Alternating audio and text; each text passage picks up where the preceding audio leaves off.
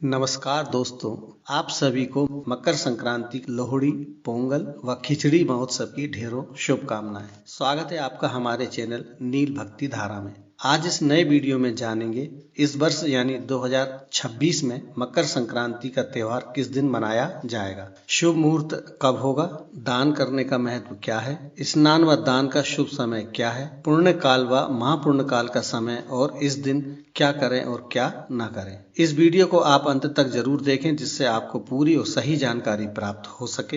अगर आप हमारे चैनल पर पहली बार आए हैं तो चैनल को सबसे पहले सब्सक्राइब और वीडियो को लाइक करें, जिससे हम ऐसी ही उपयोगी जानकारी आप तक पहुंचाते रहें। क्योंकि इस वर्ष कई लोगों के मन में ये सवाल उठ रहा है कि मकर संक्रांति 14 जनवरी को मनाई जाएगी या 15 जनवरी को मनाना सही होगा। तो आइए जानते हैं मकर संक्रांति की सही जानकारी और धार्मिक महत्व। हमारे हिंदू धर्म में मकर संक्रांति का पर्व एक अत्यंत ही पावन और महत्वपूर्ण पर्व है। शास्त्रों के अनुसार देखा जाए तो पूरे वर्ष में 12 संक्रांतियां होती हैं, लेकिन मकर संक्रांति अपने धार्मिक महत्व के कारण सभी संक्रांतियों में सबसे अधिक महत्वपूर्ण और बड़ी मानी गई है। जब सूर्य देव धनु राशि से मकर राशि में प्रवेश करते हैं और यह पर्व सूर्य के उत्तरायण होने का भी प्रतीक माना जाता है और इसी कारण इस दिन मकर संक्रांति मनाई जाती है। मकर संक्रांति के साथ ही खरमास भी समाप्त हो जाता है और सभी प्रकार के मांगलिक कार्यक्रम एक बार पुनः प्रारंभ हो जाते हैं। वर्ष 2026 में मकर संक्रांति का पर्व 14 जनवरी बुधवार को मनाया जाएगा। शास्त्रों में संक्रांति के दिन पूर्ण काल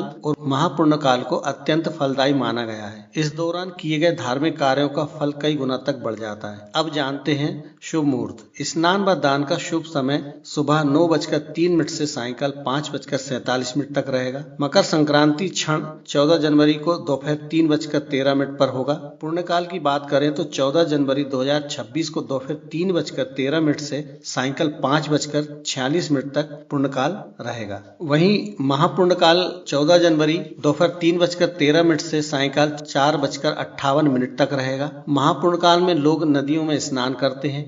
दान करना विशेष फल प्रदान करता है। देश के अलग अलग हिस्सों में यह पर्व अलग अलग नामों से भी मनाया जाता है। जैसे उत्तर भारत में इसे खिचड़ी पर्व, पंजाब में लोहड़ी, दक्षिण भारत में पोंगल के नाम से भी मनाया जाता है। अब जानते हैं मकर संक्रांति पर क्या करें और क्या ना करें। इस दिन देर तक न सोएं, सूर्योदय से पहले उठें। मकर संक्रांति के दिन बाल, नाखून आदि नहीं कटवाने चाहिए। मकर संक्रांति के दिन सुबह उठकर अगर हो सके तो नदी में स्नान करें या फिर घर पर ही नहाने के पानी में काले तिल और गंगा जल मिलाकर स्नान करें। सूर्य देव को एक तांबे के लोटे में जल भरकर काले तिल, अक्षत, लाल पुष्प, लाल चंदन और गुड़ मिलाकर जल अर्पित करें। इस दिन पितरों की शांति हेतु एक लोटा जल में काले तिल डालकर दक्षिण दिशा की ओर मुख करके पितरों के नाम से अर्पित करें। खिचड़ी बनाकर भगवान विष्णु को उसका भोग लगाया जाता है। तिल से बनी मिठाइयां जैसे लड्डू, गजक आदि का भोग भी भगवान को लगाएं। प्रसाद स्वरूप स्वयं भी ग्रहण करें। लेकिन इस बार मकर संक्रांति के दिन एकादशी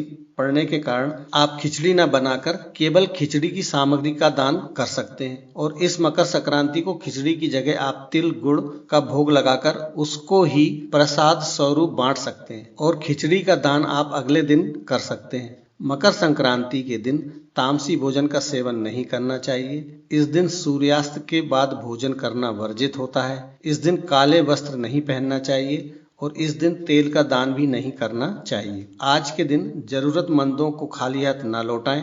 आप अपने सामर्थ्य के अनुसार तिल, गुड़, खिचड़ी, गर्म वस्त्र, कम्बल या दक्षिणा इत्यादि का दान अवश्य करें। इस दिन दान करना बहुत ही शुभ माना जाता है, जिससे घर में सुख समृद्धि आती है और सूर्य देव और शनि देव भी प्रसन्न होते हैं, क्योंकि मकर संक्रांति का दिन विशेष रूप से सूर्य नारायण को समर्पित होता है। इसलिए इस दिन सूर्य की पूजा करने के बाद अगर हो सके तो तांबे से बनी हुई किसी भी चीज का दान करें। मकर संक्रांति के दिन सूर्य देवता को प्रसन्न करने के लिए जब आप सूर्य नारायण को जल अर्पित करें तो उस समय इस मंत्र का जाप करें, ओम गृणे सूर्याय नमः या ओम आदित्याय नमः या ओम भास्कराय नमः का कम से कम 11 बार जाप करने से स्वास्थ्य लाभ और सरकारी कार्यों में सफलता मिलती है।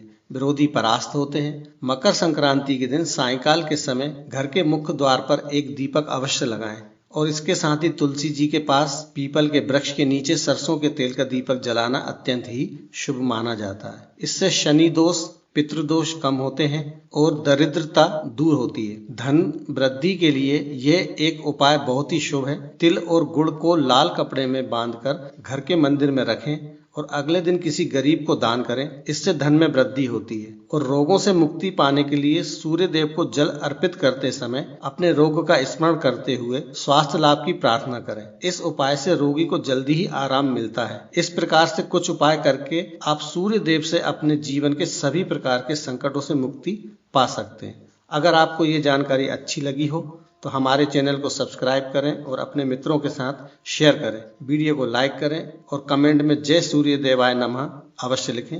धन्यवाद।